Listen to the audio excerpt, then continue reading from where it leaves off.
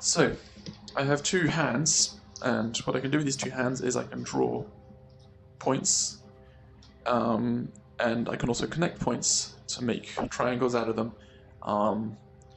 And that is basically like the most sort of basic, smallest possible. Oh yeah, I forgot that I reduced the distance. I'm trying to figure out a good way of deciding whether a point is clicked or not. But basically, this is how that works. So I can create points, I can connect them together, and that is how I edit my 3D models here.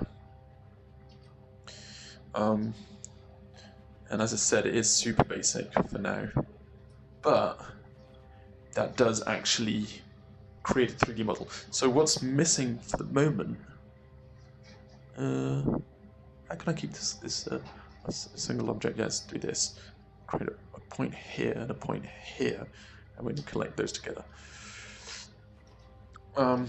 So this actually could technically be outputted as an OBJ.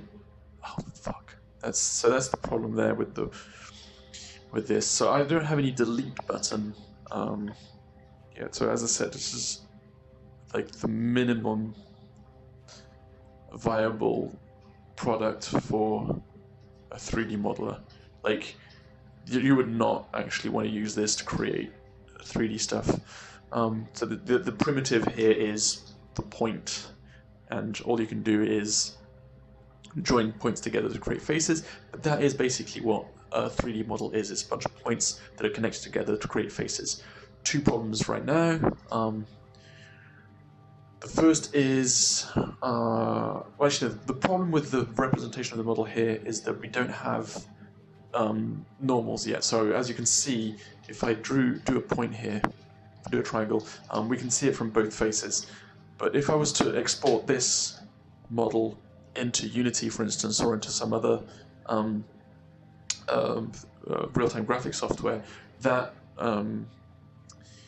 triangle would only be visible from one side, and the side it's determined, the side it can be visible from is basically determined on whether these are in clockwise or counterclockwise order. So as you can see here, when I look at it from this side, if I go 1, 2, 3, that's counterclockwise. If I keep going around like that, you can see that now it's clockwise. So basically, what's called backface scanning will only render faces that are in clockwise order. So in this case, so if I can't remember what order I did these in, but in this case, if I was to export this, it would be invisible here and visible here. And I don't want to have to do that. I want to be able to just press the button to just flip the face, which basically just reorders that. So that's one thing I need to be able to do.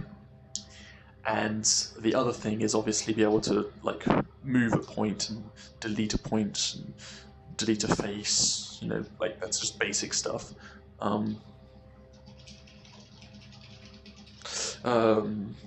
Yeah.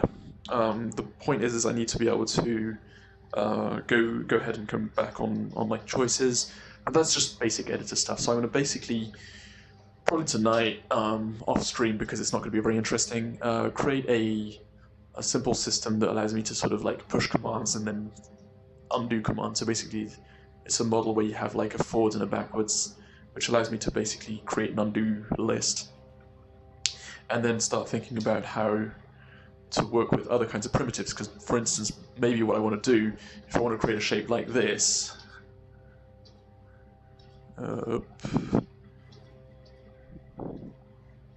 see, this is exactly what I'm talking about. Like this would take ages to actually create a 3D model this way.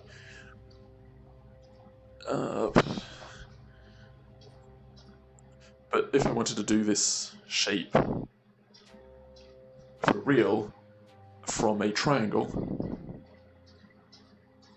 what I'd want to be able to do is just grab that face and just sort of like drag it out. That's called extrusion, and there's no reason I shouldn't be able to do that. Sometimes I want to work with quads, so these are two triangles that are in the same thing, but that's how it's going to be. It's just going to be stored at the end, but it could be just a quad, and I should be able to extrude the quad, which is one other thing I want to be able to do. And I want to be able to make spheres, and I want to be able to make cylinders and all that kind of stuff without having to faff about with individual triangles all the time. So those are things that need to be done. Yes, that is the status of the situation.